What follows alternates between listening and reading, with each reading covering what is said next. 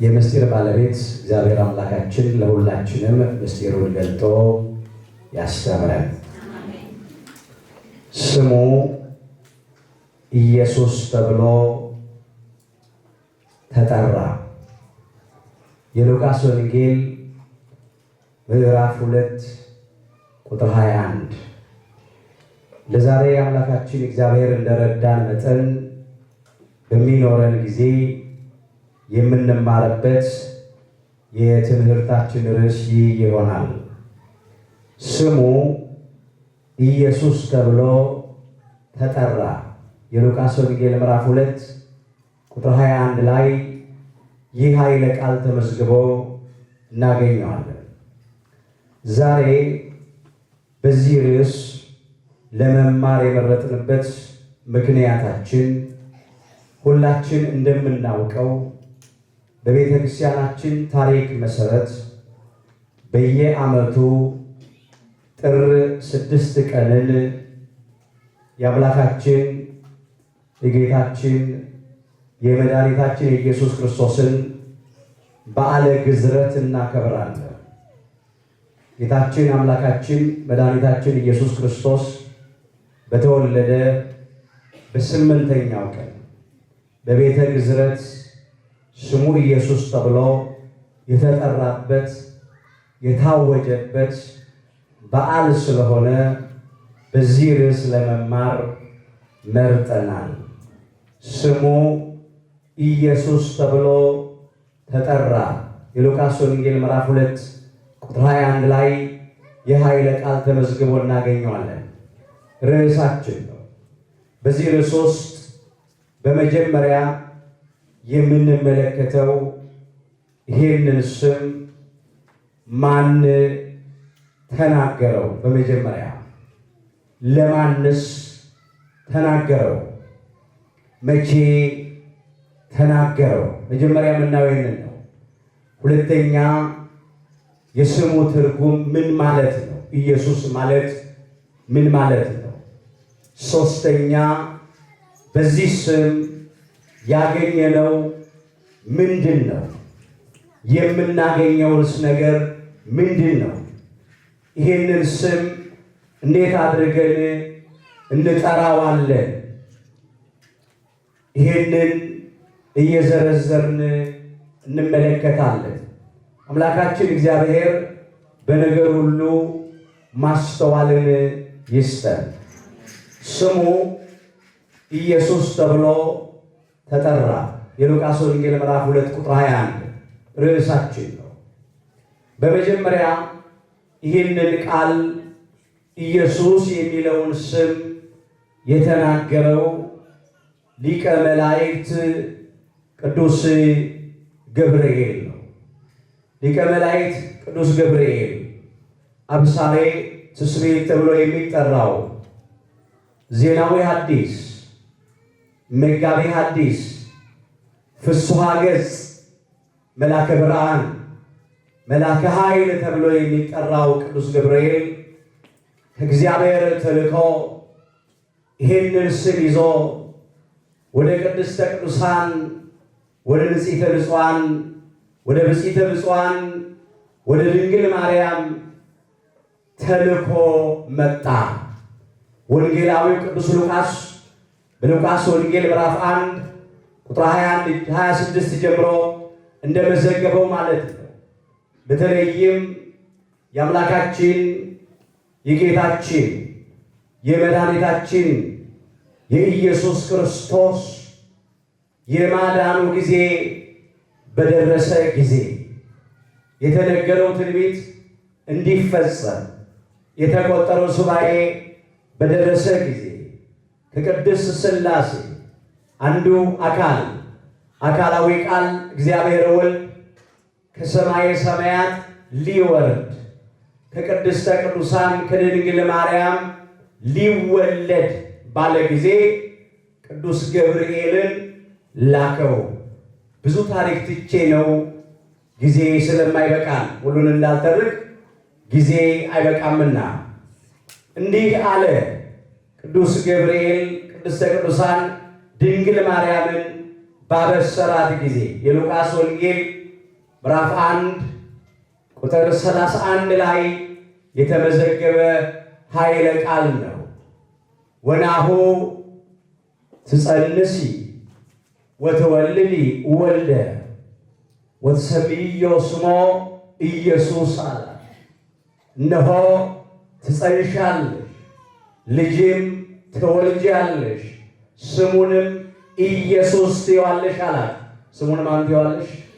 ኢየሱስ ትይዋለሽ። በመጀመሪያ ይህንን ቃል ቅዱስ ገብርኤል ለቅድስተ ቅዱሳን ለድንግል ማርያም በምስጢር ነገራት። ገና አካላዊ ቃል እግዚአብሔር ወልድን ከመጽነሷ አስቀድሞ ሳትጸንሰው የነገራት ቃል ነው። ነው ትጸንሻለሽ፣ ልጅም ትወልጃለሽ፣ ስሙንም ኢየሱስ ትይዋለሽ አለ። ቅድስተ ቅዱሳን ድንግል ማርያም በእግዚአብሔር ፈቃድ ያለ ወንድ ዘር በረቀቀ በመንፈስ ቅዱስ ሥራ አካላዊ ቃል እግዚአብሔር ወልድን ጸነሰችው። አካላዊ ቃል እግዚአብሔር ወልድ ከሰማየ ሰማያት ወረደ። ከቅድስተ ቅዱሳን ከድንግል ማርያም ከሥጋዋ ሥጋ ከነፍሷ ነፍስ ነስቶ በተዋሂዶ ከበረ፣ ከእርሷ ተጸነሰ። የመጀመሪያ ይሄ ነው። ስሙን ኢየሱስ ትይዋለሽ ብሎ ቅዱስ ገብርኤል ነው ለቅድስተ ቅዱሳን ለድንግል ማርያም በምስጢር የነገራት። ሁለተኛ ይሄንን ስም አሁንም የተናገረው ቅዱስ ገብርኤል ነው። የተናገረው ለአረጋዊ ለቅዱስ ዮሴፍ ነው። ይህ ታሪክ ደግሞ በማቴዎስ ወንጌል ምዕራፍ 1 ቁጥር 18 ጀምሮ ተመዝግቧል። የጌታችን የኢየሱስ ክርስቶስን ልደት እንዲህ ነበረ ብሎ አምጥቶታል። ቅድስተ ቅዱሳን ድንግል ማርያም ለዮሴፍ በታጨች ጊዜ ሳይገናኙ በመንፈስ ቅዱስ ጸንሳ ተገኘች ነው። ያለ ወንድ ዘር ነው። በረቀቀ በመንፈስ ቅዱስ ሥራ ነው። ቅድስተ ቅዱሳን ድንግል ማርያም ጸንሳ የተገኘችው። አረጋዊ ቅዱስ ዮሴፍ ወደ ቆጠራው ስፍራ እርሷን ይዞ ለመውጣት ፈራ። እንደጸነሰች ያውቃል። ማንን እንደጸነሰች አያውቅም። እንዴት እንደጸነሰች አያውቅም። ከማን እንደጸነሰች አያውቅም። ስለዚህ ተቸገረ።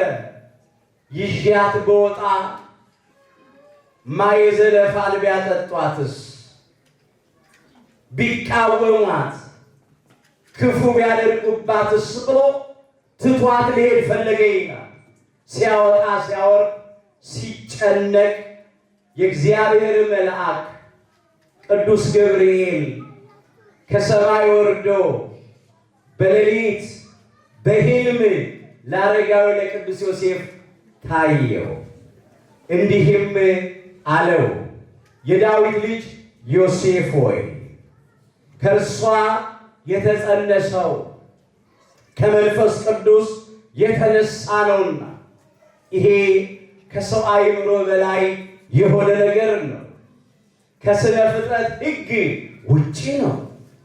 ስለዚህ ቅድስተ ቅዱሳን ድንግል ማርያምን ይዘ ወደ ቆጠራው ስፍራ ለመውጣት አትፍራ አለው። ልጅም ትወልዳለች አለ። ስለ ቅድስተ ቅዱሳን ስለ ድንግል ማርያም ልጅም ትወልዳለች፣ እርሱ ሕዝቡን ከኃጢአታቸው ያድናቸዋልና ስሙን ኢየሱስ ትለዋለህ ነው ያለ። የማቴዎስ ወንጌል ምዕራፍ 1 ቁጥር 21 ላይ ይህ ኃይለ ቃል ተመዝግቧል። እርሱ ሕዝቡን ከኃጢአታቸው ያድናቸዋልና ስሙን ኢየሱስ ትለዋለህ። ስሙን ማን ትለዋለህ? ኢየሱስ ትለዋለህ። ስሙን ኢየሱስ ትለዋለህ። አሁን ደግሞ ለአረጋዊው ለቅዱስ ዮሴፍ የተናገረው ቃል ነው ቅዱስ ገብርኤል። ቅድስተ ቅዱሳን ድንግል ማርያም አምላካችን ጌታችን መድኃኒታችን ኢየሱስ ክርስቶስን ከጸነሰችው በኋላ የተነገረ ቃል ለአረጋዊው ለቅዱስ ዮሴፍ ሲነግረው ከነ ትርጉሙ ነው የነገረው። ንባቡን ብቻ አይደለም የነገረው፣ ሕዝቡን ከኃጢአታቸው ያድናቸዋል ብሎ ትርጉሙን ነገረው። ስለዚህ ስሙን ኢየሱስ ትለዋለህ ብሎ ንባቡን አመጣ። ኢየሱስ ማለት መቤዝው አዳኝ መድኃኒት ማለት ነው። ሕዝቡን ከኃጢአታቸው ያድናቸዋልና ስሙን ማን ትለዋለህ? ኢየሱስ ትለዋለህ። አሁንም ተናጋሪው ቅዱስ ገብርኤል ነው። የተናገረው ለአረጋዊ ለቅዱስ ዮሴፍ ነው። የተናገረበት ጊዜ ደግሞ ቅድስተ ቅዱሳን ድንግል ማርያም አምላካችን ጌታችን መድኃኒታችን ኢየሱስ ክርስቶስን ከጸነሰችው በኋላ ነው። ይህንን ብቻ አይደለም ቅዱስ ገብርኤል ለአረጋዊው ለቅዱስ ዮሴፍ በዚህ ስፍራ የነገረው ከኋላ ሳብና ሌላ ነገር አምጥቶ ነገረው። ያስጨነቀው የቅድስተ ቅዱሳን የድንግል ማርያም በድንግልና የመጽነሷ ነገር ነው። በድንግልና እንደዚያ ሆና የመገኘቷ ነገር ነው። ለምን ከዚህ በፊት የማያውቀው ነገር ነው። ሆኖ አያውቅም። አንዲት ንጽሕት ድንግል ያለ ወንድ ዘር በድንግልና ጸንሳ ታይታ ተገኝታ አይታወቅም። ስለዚህ አረጋዊ ቅዱስ ዮሴፍ ከብዶት ስለነበር ቅዱስ ገብርኤል ይሄንን ምስጢር ሊገልጥለት ወደደ። ስለዚህ ከነቢዩ ከኢሳይያስ ትንቢት ሳብና አመጣ። ይህ ሁሉ የሆነው አለው በነቢይ ከጌታ ዘንድ የተነገረው እንዲፈጸም ነው አለ። ከትንቢተ ኢሳይያስ ምዕራፍ 7 ቁጥር 14 ጀምሮ የተመዘገበውን ያመጣው ነቢየ እግዚአብሔር ቅዱስ ኢሳይያስ ግን አምላካችን ጌታችን መድኃኒታችን ኢየሱስ ክርስቶስ ከእመቤታችን ከቅድስተ ቅዱሳን ከድንግል ማርያም ከመወለዱ ከ700 ዘመን አስቀድሞ እንዲህ ብሎ ከእግዚአብሔር አግኝቶ ተናግሮ ነበር። ስለዚህ ጌታ ራሱ ምልክት ይሰጣችኋል። ጌታ ራሱ ምን ይሰጣችኋል? ምልክት ይሰጣችኋል። ልዩ ምልክት ይሰጣችኋል። እነሆ ድንግል ትጸንሳለች፣ ልጅም ትወልዳለች፣ ስሙንም አማኑኤል ብላ ትጠራዋለች ብሎ ነገር። ምልክቱ ምንድነው? ድንግል በድንግልና ትጸንሳለች ነው ምልክቱ። ሴት ትጸንሳለች አላለ። ሴት ትጸንሳለች ቢል ምልክት አይሆንም። ከመጀመሪያይቱ ሴት ከሔዋን ጀምሮ በዘር በሩካቤ ብዙ እናቶቻችን እየጸነሱ ወልደዋል። የተለመደ ነው። ሁላችንም በዚህ መንገድ ነው የተወለድነው። ልዩ ምልክት ድንግል በድንግልና ትጸንሳለች፣ ድንግል በድንግልና ትወልዳለች፣ ስሙንም አማኑኤል ብላ ትጠራዋለች ብሎ ተናገረ። ይሄንን ቅዱስ ገብርኤል ተርጉሞ ነገረው ለአረጋዊ ለቅዱስ ዮሴፍ። ድንግል ማርያም እንዴት በድንግልና ጸነሰች ብለህ አትጨነቅ፣ አትደነቅ። ይህ ሊሆን ግድ ነው። በነቢዩ በኢሳይያስ የተነገረ ነው። እግዚአብሔር አምላካችን በነቢዩ በኢሳይያስ ላይ አድሮ ይህን አስቀድሞ ስለተናገረ ነው። ድንግል ትጸንሳለች ስላለ መሆን አለበት፣ ግድ ነው። ልጅም ትወልዳለች፣ ስሙንም አማኑኤል ይሉታል የተባለው እንዲፈጸም ነው። አማኑኤል ማለት ትርጉሙ እግዚአብሔር ምስሌነ ማለት ነው። እግዚአብሔር ከኛ ጋራ ሆነ ማለት ነው። እግዚአብሔር ከኛ ጋራ ሆነ ሲል ከአባቶቻችን ጋራ በረድኤት እንደነበረ ብቻ ማለት አይደለም። እግዚአብሔር ከኛ ጋራ ሆነ ማለት ከቅድስት ሥላሴ አንዱ አካላዊ ቃል እግዚአብሔር ወልድ ከሰማየ ሰማያት ወርዶ ከቅድስተ ቅዱሳን ከድንግል ማርያም ከሥጋዋ ሥጋ ከነፍሷ ነፍስ ነስቶ በተዋሂዶ ከበረ ማለት ቃል ሥጋ ሆነ፣ ሥጋ ቃል ሆነ፣ አምላክ ሰው ሆነ፣ ሰው አምላክ ሆነ።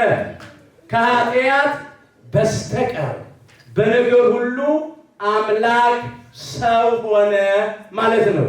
እግዚአብሔር ከኛ ጋር ሆነ ማለት ይሄ ነው። እግዚአብሔር ከኛ ጋር ሆነ፣ ዘመድ ሆነን ያድነን ዘንድ ይሄንን ነው ያነሳው። አማኑኤል ማለት እግዚአብሔር ምስሌነ ማለት ነው። ለዚህ ነው እንግዲህ ቅዱስ ገብርኤል ይሄንንም ትርጉም ነገረው በግልጽ ቃል።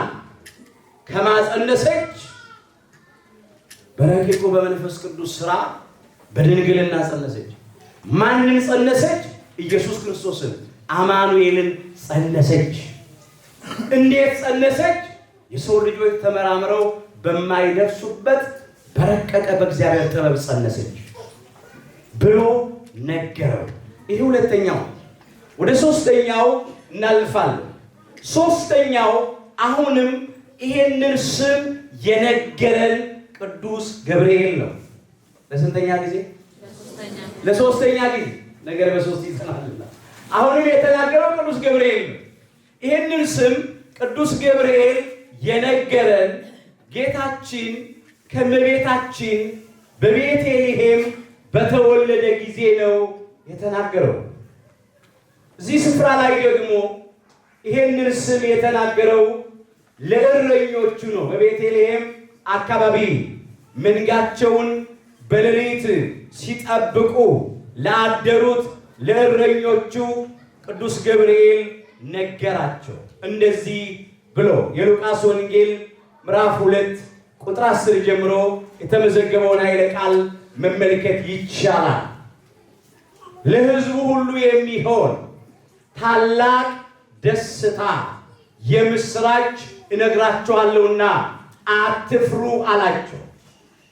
ዛሬ በዳዊት ከተማ መድኃኒት አለ። ምን አለ? መድኃኒት። አሁን ደግሞ ተርጉሞ ነው የተናገረው። አስተውሉ። ለቅድስተ ቅዱሳን ለድንግል ማርያም ምን አላት?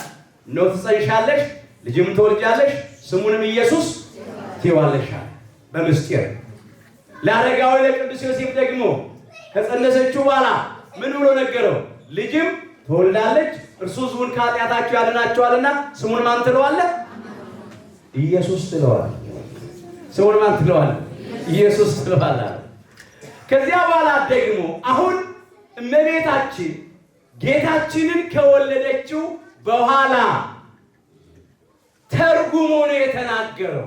ዛሬ በዳዊት ከተማ መድኃኒት ተወልዶላችኋል አለ። ምን ተወልዶላችኋል? መድኃኒት ተወልዶላችኋል። ኢየሱስ ማለት መድኃኒት ማለት አዳኝ ማለት መቤዙ ማለት መድኃኒት አዳኝ ተወልዶላችኋል። እርሱ ክርስቶስ ጌታ የሆነ ተወልዶላችኋል ብሎ ተርጉሞ ተናገረ። ደግሞ ደጋግሞ ማለት ነው። መድኃኒት ተወለደልን፣ ያድነን ዘንድ ተወለደልን። ይሄንን ቅዱስ ገብርኤል ለእረኞቹ በቤተልሔም እመቤታችን ጌታችንን በወለደችው ጊዜ ተናገረ። ወደ አራተኛው ነው። አራተኛ ይሄንን ስም የሰማነው በአዋጅ ነው። ርዕስ አድርገን የተነሳንበት የመጽሐፍ ቅዱስ ክፍል ላይ እንሂድ። የሉቃስ ወንጌል ምዕራፍ 2 ቁጥር 21 ሊገርዙት 8 ቀን በሞላ ጊዜ ይላል። ስንት ቀን በሞላ ጊዜ? 8 ቀን በሞላ ጊዜ። አስተውሉ።